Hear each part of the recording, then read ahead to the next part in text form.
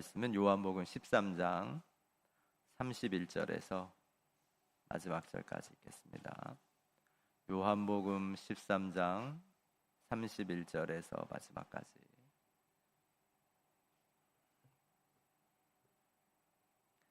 요한복음 13장 31절부터 우리 한 목소리 합독하십니다.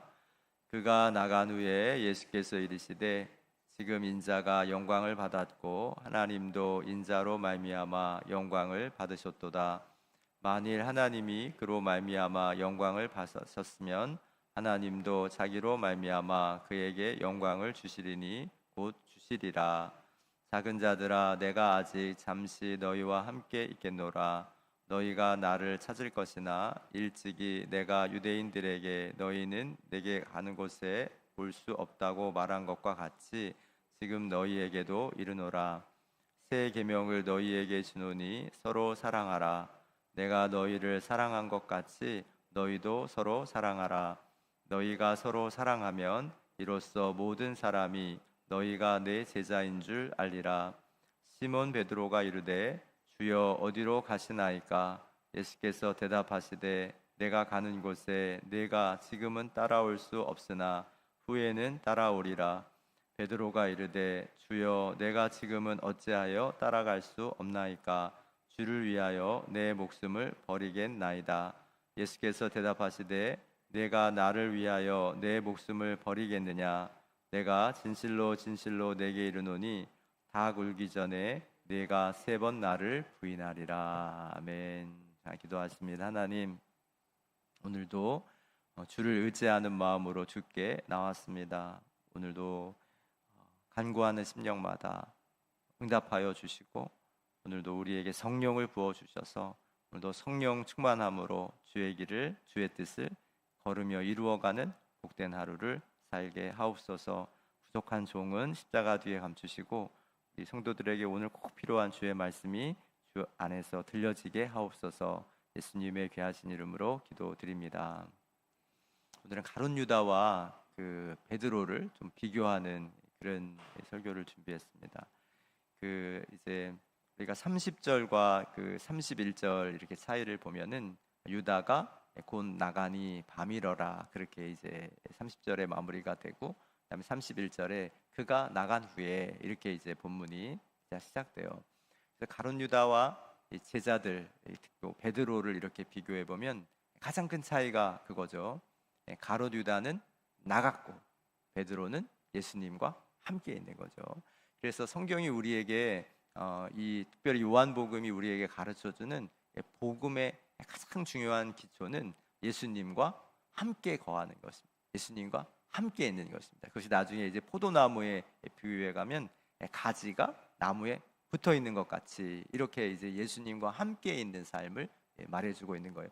그러니까 우리가 이렇게 냉정하게 그 제자들을 평가해 보면은 가룟 유다나 베드로나 뭐 도찐개찐이죠. 그렇게 큰 차이가 없는데 그런데 한 사람은 멸망의 어떤 아이콘이 되고 베드로는 정말 주님의 제자, 주님의 사람의 그 대표가 되는 그 가장 큰 차이가 어디에 있었겠나? 우리가 묵상해 보면 예수님과 함께 있는 것, 여기에 이제 차이가 있다는 것을 생각해 보려고 해요. 31절을 다시 한번 읽어봅시다. 시작. 그가 나간 후에 예수께서 이르시되 지금 인자가 영광을 받았고 하나님도 인자로 말미암아 영광을 받으셨도다 이렇게 되어 있죠. 그래서 지금이라고 하는 말에 이렇게 좀 주목해 보면은 지금 가룟 유다가 막 나간 상태를 말하는 거죠. 그러니까 아직 뭐 그렇게 특별한 일이 제자들이 볼 때는 가룟 유다가 뭐 물건 사러 가나 가난한 사람 도와주러 가나 이렇게 이제 생각했다 이렇게 되어 있으니까 어떤 지점이 영광일까 그렇게 이제 묵상을 해보면요, 이 본문을 잘 보면 인자가 영광을 받았고 이렇게 되어 있죠. 하나님도 인자로 말미암아 영광을 받으셨도다 이렇게 되어 있어요. 그래서 이 본문을 잘 보면 무엇이 인자가 받은 영광이고 무엇이 하나님이 인자로 말미암아 받으신 영광일까 생각해 보면 그 상황 자체가 고난의 시작인 거죠. 이 밤에 가룟 유다가 나가서 군병들을 데리고 오면 체포가 이루어지고 재판이 이루어지고 그다음에 사형이 집행되게 되는 거죠. 그러니까 제자들도 사람들도 영광이라고 하는 것은 뭔가 사람들이 대단히 흠모하고 사람들이 막 부러워하고 막 사람들이 막 이렇게 칭찬해주는 그런 영광을 생각하는데, 성경이 우리에게 말해주는 영광은 하나님의 성품, 하나님의 특별히 사랑, 오늘도 그 죄인들을 사랑하기 위하여 자기를 내어주시는 그 과정 속에 영광이 들어있다고 하는 거예요. 가룟 유다가 이해하지 못한 거죠. 가룟 유다가 기대하는 영광은 그 대제사장을 꺾고 그들이 그 하나님의 나라를 그 땅에 그리스도 예수와 함께 이루는 그런 사람들이 다 박수 쳐주고 예루살렘 성에 올라갈 때에 사람들이 환호해 줬던 것처럼 그런 영광을 기대하고 있었는데, 예수님이 제자들을 통하여 이루시고자 했던 그 영광의 출발점은 뜻이 하늘에서 이루어지는 것처럼 땅에서도 이루어지는 하나님이 세상을 이처럼 사랑하사라고 하는 그 사랑의 가치가 이루어지는 영광이라고 하는 것을 성경이 우리에게 가르쳐 주고 있습니다. 그런데 영광이 이런 고난의 영광만 있는 게 아니라고 하는 것을 32절이 알려주는데요. 32절 다 같이 읽어봅시다. 시작. 만일 하나님이 그로 말미암아 영광을 받으셨으면 하나님도 자기로 말미암아 그에게 영광을 주시리니 곧 주시리라, 이렇게 되어 있죠. 이 영광은 어떤 영광이죠? 부활의 영광이죠. 그래서 이 미래형으로 되어 있죠. 그러니까 고난은 지금 받는 것입니다. 이제 시작된 것입니다. 그렇지만 고난이 끝이 아니라 부활의 영광으로, 그래서 그를 지극히 높이셔서 하나님의 보좌에 앉게 하시고 모든 무릎이 그에게 꿇게 하시는 것. 그래서 이 성경에, 이 복음에, 요한이 기록한 마지막 그 편지에 우리가 모두 그 하나님의 나라, 새 하늘과 새 땅에 왕노릇하리라. 그러니까 이 땅에서 사람들이 기대하는 영광이 아니라 하나님이 주시는 영광을 기대하고 살아가는 사람들로 제자들을 변화시키시는 거예요. 그래서 완전히 새로운 기준과 새로운 방법과 새로운 나라를 살아가도록 변화시키시는, 오늘도 저와 여러분이 예수 그리스도 안에서 이 땅을 살아가는 옛사람의 성품이 아니라 그리스도 예수가 이루시는 하나님의 나라를 살아가는 성품으로 변화되는 아침이 되시기를 주의 이름으로 축원해요. 그런데 이게 어떤 과정을 통해서 이루어지는지를 33절이 이렇게 말합니다. 33절 다 같이 읽어봅시다. 시작. 작은 자들아, 내가 아직 잠시 너희와 함께 있겠노라. 너희가 나를 찾을 것이나 일찍이 내가 유대인들에게 너희는 내가 가는 곳에 올 수 없다고 말한 것과 같이 지금 너희에게도 이르노라, 이렇게 되어 있죠. 여기 보면 작은 자들아라고 하는 말에 이제 좀 마음을 두려고 해요. 이게 부모님들이 어린아이에게, 이게 어린아이라고 하는 그런 어원을 갖고 있거든요. 그래서 아이들을 부를 때 얘들아 이렇게 부르는 그런 말인데, 예수님이 제자들에게 종종 사용하셨죠. 얘들아 이렇게 이제 부르는 것입니다. 그런데 우리가 그냥 뭐 친근한 표현으로 불렀으리라 이렇게 생각할 수 있지만은, 그들이 무엇에 대하여 작은 자였는가를 오늘 아침에 함께 묵상해 보기 원하는 거예요. 그들이 작은 자라고 하는 것, 어떤 것의 작은 자죠? 예수님이 가시고자 하는 것, 예수님이 기대하시는 것에 대하여 그들이 작은 자였다고 하는 거예요. 그래서 어떤 것인가 묵상해 보면 34장 35절입니다. 한번 읽어볼게요. 시작. 새 계명을 너희에게 주노니 서로 사랑하라. 내가 너희를 사랑한 것 같이 너희도 사랑하라. 너희가 서로 사랑하면 이로써 모든 사람이 너희가 내 제자인 줄 알리라. 이거 우리가 너무나 많이 듣고 너무나 많이 우리가 암송하고 외우는 말씀이지만은, 이거 잘 묵상해 보면 여기서 사랑이라고 하는 게 아가페죠. 아가페. 하나님의 사랑으로 사랑하라고 하는 거예요. 그러니까 우리가 뭐 월요일 화요일 이렇게 살펴본 것이지만은 우리가 발을 씻어주는 거, 우리 할 수 있죠. 할 수 있죠. 근데 여러분, 가룟 유다를 발 씻어주는 거, 와, 이거 할 수 있을까? 우리가 그렇게 생각하게 되죠. 근데 여러분, 사랑이라는 게 뭐죠? 하나님의 사랑은 죄인들을, 원수들을, 정말 나를 십자가에 못 박는 이들을, 그들을 사랑하는 사랑이잖아요. 용서, 그 안에 들어있는 용서는 또 어떻게, 우리 뭐 용서하기 얼마나 어려워요, 우리의 삶이.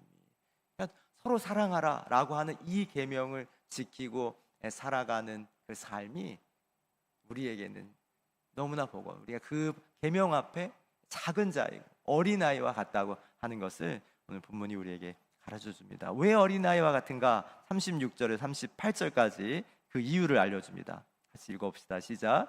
시몬 베드로가 이르되 주여 어디로 가시나이까? 예수께서 대답하시되 내가 가는 곳에 내가 지금은 따라올 수 없으나 후에는 따라오리라. 베드로가 이르되 주여 내가 지금은 어찌하여 따라갈 수 없나이까? 주를 위하여 내 목숨을 버리겠나이다.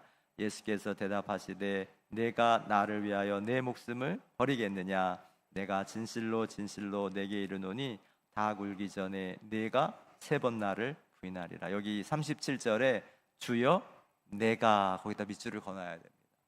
왜 못하는 거예요? 왜 어린아이 같은 거예요? 내가 하면 못하는 거예요.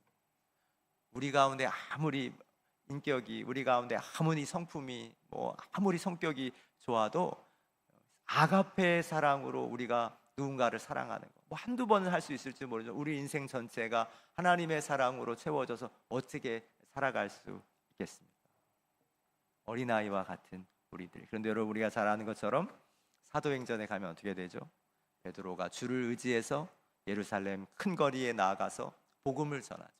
그가 3장의 성전 미문 앞에 있는 앉은뱅이를 고칠 때에 자기 힘으로 고쳐요? 예수 그리스도의 이름으로 고치죠.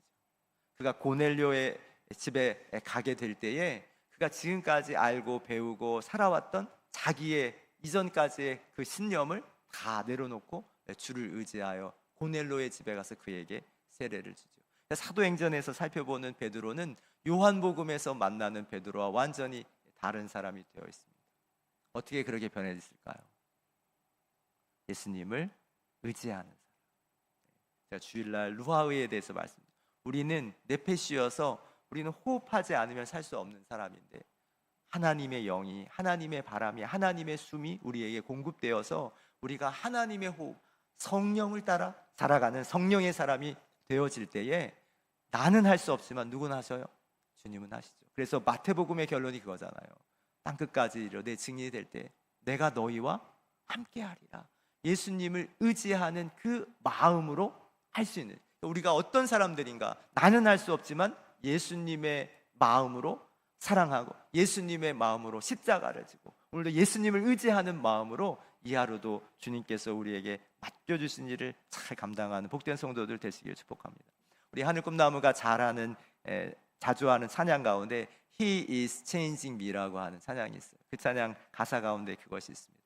매일매일 조금씩, 매일매일 변하지요. 아마 우리가 주님 보시기에는 어린아이 같을 거예요. 작은 사람으로 보일 거예요. 그렇지만 우리가 주님을 의지하는 매일매일을 살아갈 때에 조금씩 조금씩 변화되어서 베드로와 같이 언젠가는 자기의 목숨을 그리스도 예수를 위하여, 복음을 위하여 아낌없이 내어주는 그 마지막 자리에서 최후 승리하는 그런 위대한 사도적 삶을 살아갈 수 있을 줄 믿습니다.